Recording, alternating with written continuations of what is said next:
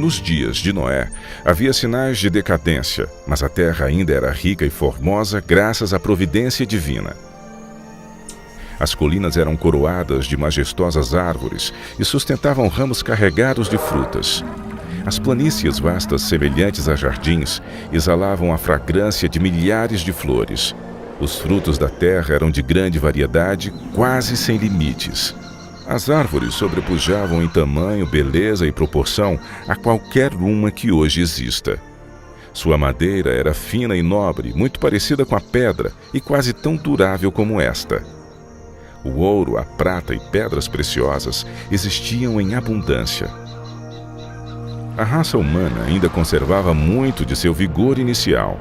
Apenas poucas gerações se passaram desde que Adão tivera acesso à árvore da vida. A existência do homem ainda se media por séculos.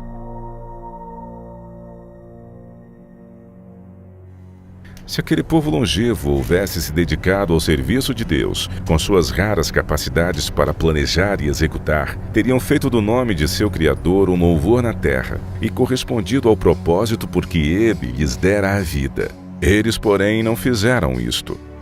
Havia homens de grande estatura e famosos por sua sabedoria, habilidosos para imaginar as mais maravilhosas obras. Sua culpa, porém, ao dar rédeas soltas à iniquidade, estava em proporção com a sua perícia e habilidade mental. Deus dera aos antediluvianos muitas e riquíssimas dádivas, mas usaram a sua generosidade para se glorificarem e as tornaram em maldição, fixando suas afeições nos dons ao invés de no doador. Utilizavam o ouro, a prata, as pedras preciosas e as finas madeiras na construção de mansões para si, esforçando-se por sobrepujar uns aos outros no embelezamento de suas moradas com a mais habilidosa mão de obra. Procuravam apenas satisfazer os desejos de seu orgulhoso coração e se deleitavam em cenas de prazer e impiedade. Sem vontade de conhecer a Deus, logo negaram a sua existência. Adoravam a natureza ao invés do Deus da natureza. Exaltavam a inteligência humana, adoravam as obras de suas próprias mãos e ensinaram seus filhos a adorar imagens de escultura. Construíram altares para seus ídolos à sombra das majestosas árvores. Bosques extensos que conservavam a folhagem durante todo o ano eram dedicados ao culto de falsos deuses. Estes bosques estavam ligados a belos jardins, através de longas e sinuosas avenidas adornadas por árvores carregadas de fruta e de todo tipo de estátuas. Tudo fora planejado de forma a agradar os sentidos e fomentar os desejos pecaminosos do povo. Isso os induziu a participarem do culto idólatra. Os adoradores de falsos deuses dotaram suas divindades com atributos e paixões humanas, e assim sua norma de caráter se degradou à semelhança da humanidade pecadora. Viu o Senhor que a maldade do homem se multiplicara sobre a terra, e que toda a imaginação dos pensamentos de seu coração era só má continuamente. A terra corrompeu-se diante da face de Deus e encheu-se de violência. Deus deu ao homem os seus mandamentos como regra de vida, mas a sua lei era transgredida e todos os pecados imagináveis eram praticados. A maldade do homem era aberta e ousada, a justiça pisada no pó. Os gritos dos oprimidos chegavam até ao céu. O mundo ainda estava em sua infância, porém a maldade se tornou tão profunda e generalizada que Deus não mais podia suportar. Ele disse: "Destruirei de toda a face da terra o homem que criei." Declarou que seu espírito não contenderia para sempre com a raça decaída. Se não cessassem de poluir com seus pecados o mundo e seus ricos tesouros, ele os eliminaria de sua criação e destruiria as coisas com que tanto amor os havia abençoado. Acabaria com os animais do campo e a vegetação que fornecia tão abundante provisão de alimento, e transformaria a formosa terra em um vasto cenário de desolação e ruína.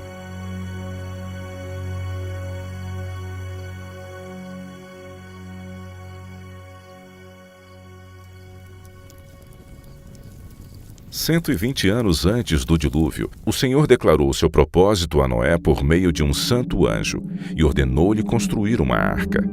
Enquanto construía a arca, ele deveria pregar que Deus traria um dilúvio de água sobre a terra para destruir os ímpios. Os que crescem na mensagem e se preparassem para aquele acontecimento pelo arrependimento e reforma de vida, encontrariam perdão e seriam salvos. Deus deu a Noé as dimensões exatas da arca e instruções explícitas com relação à sua construção em todos os pormenores. A sabedoria humana não poderia ter concebido uma estrutura de tão grande resistência e durabilidade. Deus foi o projetista e Noé o construtor-chefe. Tinha uma altura de 3 andares com apenas uma porta que ficava na lateral. A luz entrava por cima e os compartimentos foram arranjados de tal forma que eram todos iluminados. O material empregado na construção da arca era o cipreste ou madeira de gopher, a qual estaria isenta de apodrecimento durante centenas de anos. A construção dessa imensa estrutura foi um processo lento e trabalhoso. A arca, por si mesma, não poderia resistir à tempestade que viria sobre a terra. Unicamente Deus podia preservar seus servos das águas tempestuosas. Noé, pela fé, quando foi avisado divinamente das coisas que ainda não se viam, temeu e, para a salvação de sua família, preparou a arca, pela qual condenou o mundo e foi herdeiro da justiça que é segundo a fé. Enquanto Noé pregava sua mensagem de advertência ao mundo, seu trabalho testemunhava de sua sinceridade. Assim, a sua fé foi aperfeiçoada e manifestada. Deu exemplo ao mundo ao acreditar naquilo que Deus havia dito. Tudo o que possuía, ele empregou na arca. Enquanto construía aquele imenso barco em terra seca, multidões de todos os lados vinham para assistirem à estranha cena e ouvirem as palavras fervorosas daquele pregador tão especial. Cada martelada desferida naquela arca era um testemunho para o povo. Ainda assim, não se arrependeram diante de Deus, não quiseram renunciar a seus pecados. Durante o tempo que se passou antes da chegada do dilúvio, a fé deles foi provada e não suportaram a prova. Vencidos pela incredulidade da maioria, voltaram-se aos seus companheiros anteriores, rejeitando a solene mensagem. Alguns ficaram profundamente convencidos e teriam atendido às palavras de aviso, mas tantos eram os que zombavam e ridicularizavam que acabaram participando do mesmo espírito. Nem todos os homens daquela geração eram idólatras no sentido mais amplo do termo.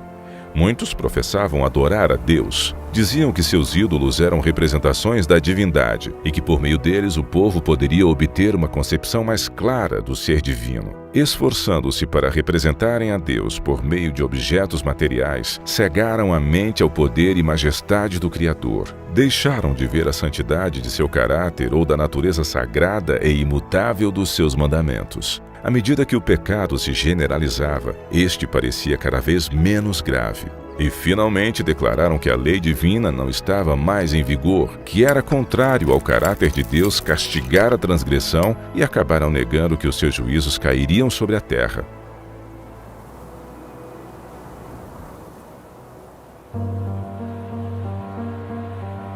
Se aquela geração houvesse obedecido à lei divina, os homens teriam reconhecido a voz de Deus na pregação de seu servo. Mas ao rejeitarem a luz, suas mentes tornaram-se tão cegas que realmente acreditavam que a mensagem de Noé era um delírio. As multidões de maiorias não estavam do lado da justiça. O mundo voltou-se contra a justiça e a lei de Deus. Noé foi considerado um fanático. O mundo ria-se da loucura daquele homem iludido. E ao invés de humilharem seus corações diante de Deus, insistiram em sua desobediência e maldade como se Deus não tivesse falado através de seu servo. Noé permaneceu firme como uma rocha em meio à tempestade. Rodeado pelo desdém e ridicularização popular, ele se distinguiu por sua santa integridade e fidelidade inquebrantável. Suas palavras eram acompanhadas de poder. Seu relacionamento com Deus lhe dava força do poder infinito. Durante 120 anos, sua voz anunciou aos ouvidos daquela geração acontecimentos que, segundo a sabedoria humana, estavam fora de cogitação. O mundo antes do dilúvio argumentava que as leis da natureza haviam permanecido inalteradas por séculos. As estações haviam sucedido umas às outras. Até ali, nunca havia chovido.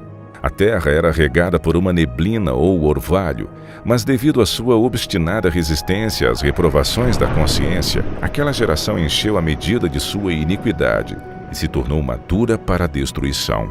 Seu tempo de graça estava prestes a terminar. Noé havia seguido fielmente as instruções que havia recebido de Deus. A arca havia sido concluída exatamente como Deus determinara. Havia provisão de alimentos para homens e animais. E agora o servo de Deus fez o seu último e solene apelo ao povo. Em um angustiante apelo que as palavras não podem descrever, Noé suplicou que buscassem refúgio enquanto ainda podiam achar.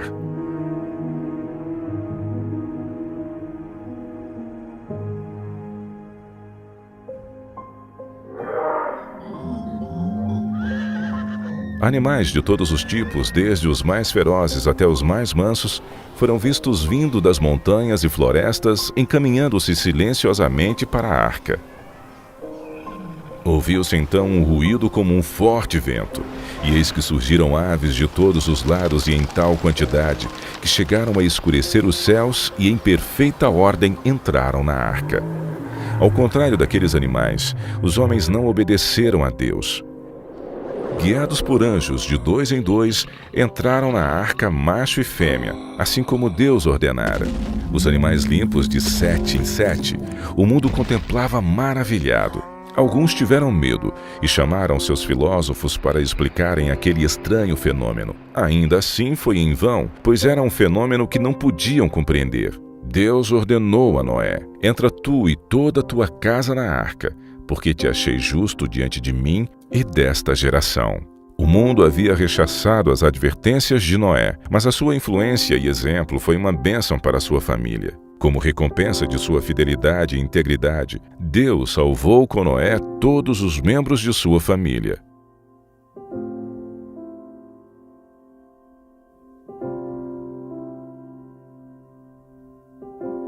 O clamor da misericórdia havia acabado para aquela raça culpada. Os animais do campo e as aves do céu haviam entrado em seu refúgio. Noé e sua família estavam dentro da arca. Depois o Senhor fechou a porta. Viu-se um lampejo de luz deslumbrante e uma nuvem de glória mais vívida que o relâmpago que desceu do céu e pairou diante da porta da arca. A porta maciça, que não poderia ser fechada pelos que estavam dentro, foi lentamente fechada por mãos invisíveis. Noé ficou do lado de dentro, enquanto aqueles que rejeitaram a misericórdia de Deus do lado de fora. O selo de Deus havia sido posto na porta. Deus a havia fechado e somente Deus poderia abri-la. Após 7 dias que Noé e sua família entraram na arca, não houve sinais da iminente tempestade. Mas, ao 8º dia, nuvens negras cobriram o céu. Ouviu-se o estampido do trovão e o lampejo do relâmpago. Logo passaram a cair grandes gotas de chuva. O mundo nunca havia testemunhado nada parecido, e o medo tomou conta do coração dos homens. Todos perguntavam em seus corações: teria Noé razão? Estará o mundo condenado à destruição? O céu se escurecia cada vez mais. A chuva tornava-se ainda mais intensa.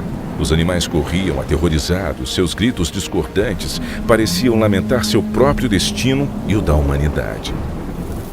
Se romperam então as fontes do grande abismo, e as janelas do céu se abriram. A água parecia cair das nuvens em enormes cataratas. Os rios romperam seus limites e inundaram os vales. Jatos de água irrompiam da terra com força indescritível, arremessando pedras maciças para o ar, que quando caíam se enterravam profundamente no solo. Os altares onde haviam oferecido sacrifícios humanos foram destruídos, e os idólatras temeram diante do poder do Deus vivo, compreendendo que a causa de sua ruína foi a destruição e a idolatria.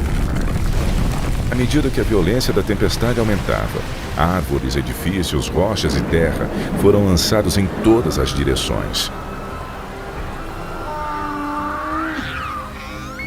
Por cima do rugido da tempestade, era possível ouvir os lamentos de um povo que havia desprezado a autoridade de Deus. Muitos estavam frenéticos de medo e esticaram seus braços à arca, implorando para lhes permitirem entrar. Suas súplicas, porém, foram em vão e se convenceram de que há um Deus no céu que governa tudo. Alguns, tomados pelo desespero, tentaram romper a arca para entrar nela. Porém, a firme estrutura resistiu a todos os seus esforços. Outros se penduraram na arca, até serem arrancados pelas forças das águas ou caírem devido à colisão com rochas e árvores. Cada fibra da maciça arca tremia quando era golpeada pelos violentos ventos que a empurravam de um lado para o outro. Os gritos dos animais dentro da arca expressavam seu medo e dor. Ainda assim, apesar de toda a violência dos elementos, a arca continuava flutuando em segurança. Algumas pessoas tomaram seus filhos e agarraram-se aos lombos de animais, sabendo que estes procurariam salvar as suas vidas subindo nas montanhas mais altas, a fim de escapar da água que não parava de subir. Outros se ataram às altas árvores que estavam no cume das montanhas. Refúgio após refúgio que prometia segurança acabava sendo abandonado.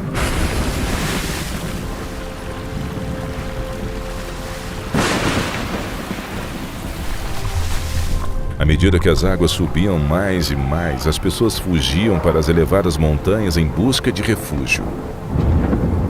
Em muitos lugares, homens e animais disputavam o mesmo espaço, mas todos eram varridos pela fúria das águas. A partir dos picos mais altos, os homens contemplavam um enorme oceano sem praias. As solenes advertências do servo de Deus já não eram mais motivo de zombaria e chacota. Como desejavam aqueles pecadores condenados recuperarem a oportunidade que deixaram passar. Mas a doce voz de misericórdia não seria mais ouvida. O amor, não menos que a justiça, exigia que os juízos de Deus pusessem um fim ao pecado.